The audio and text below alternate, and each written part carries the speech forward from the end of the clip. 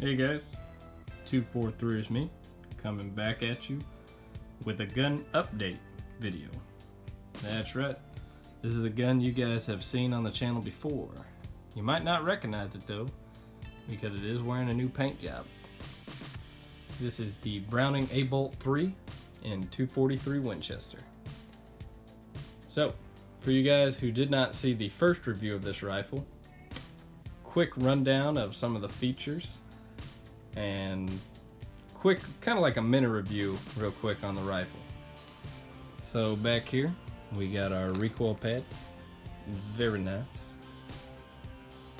Don't really need it for 243 though. We got our palm swell, again, very nice, like it. We got our 60-degree bolt throw, just like on any of your Browning bolt action rifles. A-Bolt, X-Bolt, all about the same. Again, like it. Gives you a lot of clearance between the bolt handle and the bell of the scope. So, very nice. Tang mounted safety, you guys know I'm a fan of that. Down for safe, forward for fire. You got a cocked indicator right here on the back of the rifle. When it's out showing red like that, it is cocked.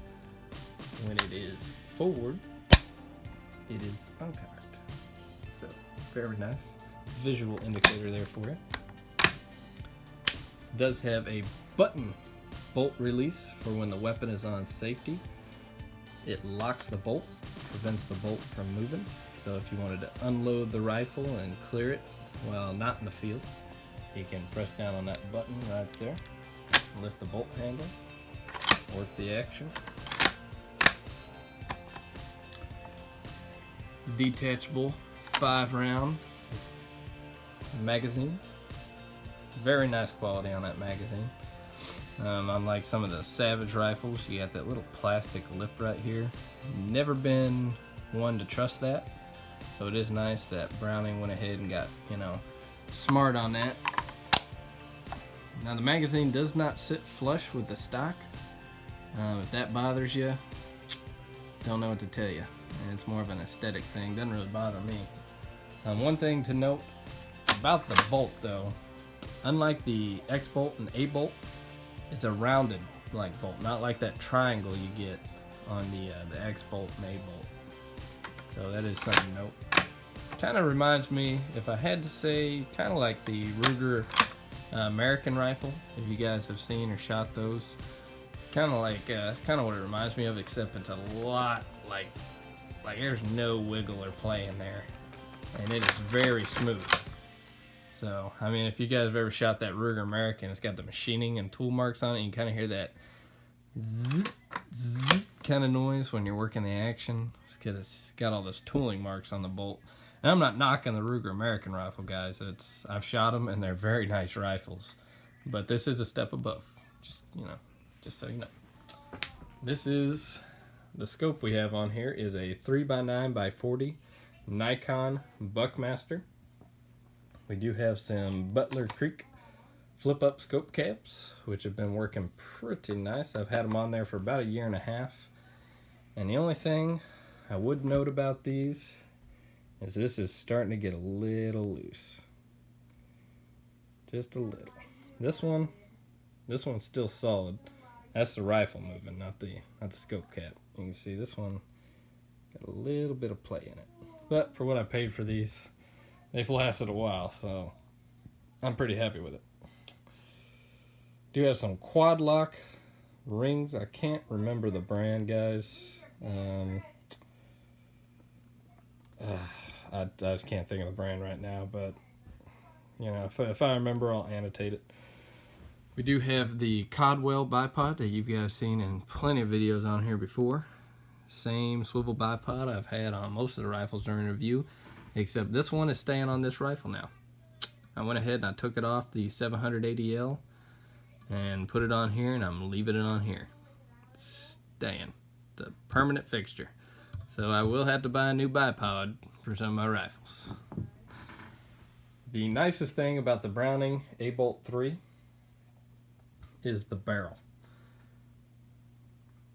Now, as far as economy rifles, what I think separates this one from like your Savage Axis, Rear American, Mossberg Patriot, you know, insert rifle company economy rifle here, is the barrel. The barrel on the Browning rifles is the exact same barrel you get on the X-Bolt and the A-Bolt. It's made in the same factory, the exact same way, and that's the heart of the rifle, guys. I mean, this thing is stupid accurate. I paid $5.99 for this rifle, and it is a sub-MOA rifle all day with the right ammo. It's very nice. I will, like, if I had to critique anything about the rifle, it's going to be the trigger. Now, I had a little bit of concerns when I first bought this rifle. I'll just go ahead and tell you, the trigger is polymer. The trigger guard and the trigger itself is polymer, and I wasn't sure if that was going to hold up or not. I was a little bit concerned about that, but after, I mean, we're talking hundreds of rounds later, and it's still as crisp and smooth as the day I bought it. So yeah, I mean, I don't think I can really fault the rifle there anymore. I thought at some point I was for sure I was going to have issues on it, but it's held up nice. It still breaks very nice. It breaks right about 3 to 3.5 pounds, and I've really actually grown to like it. I think I've even I wouldn't say it's my new favorite factory trigger. I think that's still going to be the Savage Accu trigger, but I'd put it right up there with the Accu trigger. It's pretty nice. It's not as good as what comes on like the X-Bolt or your regular A-Bolt, but it's still a pretty nice trigger. You will notice I did put a rifle stock bag on the rifle. I can't really say too much about the bag because I literally just got it today. If you guys caught the last video, you guys know I've been talking about doing coyote hunting, a lot of type of varmint hunting, which is probably mainly what this rifle is going to be used for now.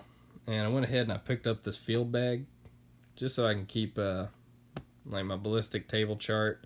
I got a calculator in there, some extra ammo, some hearing protection, you know, just some basic stuff I can take out into the field and have on the rifle.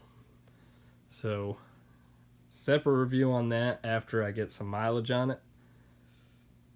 Don't know yet though. I mean, it could be good, could be bad.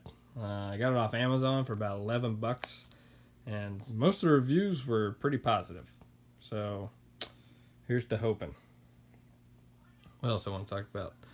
Oh, if you guys caught the first video, you will notice, or the first review on this rifle, I should say, you notice that the color changed. Yes, I did spray paint the rifle. Used some Rust-Oleum camouflage paint that I got from Walmart, and went ahead and put a custom paint job on there since this is going to be a varmint rifle now. And I think it came out looking pretty nice, if I do say so myself. Another quick channel update for you guys real quick. The next series of videos is probably going to be mainly shooting stuff. We're going to work up this load, or not this load, we're going to test out this factory ammo, this Hornady Superformance 58 grain varmint. We're going to see how that shoots out of the gun. If that shoots well, the next set of videos you guys will probably see will be Logan getting his rifle. Working up loads for that, trying to find a factory ammo. And if it doesn't shoot well, then I might try a different factory ammo, or we might start doing some reloading videos on the 243, because I know I want to use this round, this 58 grain round, and that Superformance powder, because it is a smoking cartridge. I mean, this thing is like a laser beam from 0 to 300 yards. Let me see if I can show you guys this. 3925 at the muzzle. And you can see we got 0.7 at 100 yards, assuming we have a 200 yard zero, and negative 4.5 at 300 yards. So like I said, guys, this is like a laser beam. I mean, it's basically point and click from 0 to 300. And at 500 yards, you only get about 29.6 inches of drop. Worked up, went ahead, did a little bit of dope on the round, put it into the Nikon Spot On, and it's showing about 8.5 MOA, like come up for 600 yards. And that's pretty good. One thing that does concern me a little bit is the round only has a ballistic coefficient of 554, I believe. I'm not sure. That sounds about right to me, but I have to check on that. I'm pretty sure it was, no, not 554, 254. I'm sorry, 254. So, if this doesn't pan out, like I said, we might try another bullet, a little bit lighter grain bullet, maybe in a Barnes or something. But we're still probably going to use that Superformance powder from Hornady, because I do like that muzzle velocity, especially for coyotes. Any of you guys who do coyote or any type of varmint hunting, it's nice to have those fast rounds, fast and accurate for small game and game that move that fast. Alright guys, 243 is me, signing out, and we'll catch you guys in the next one.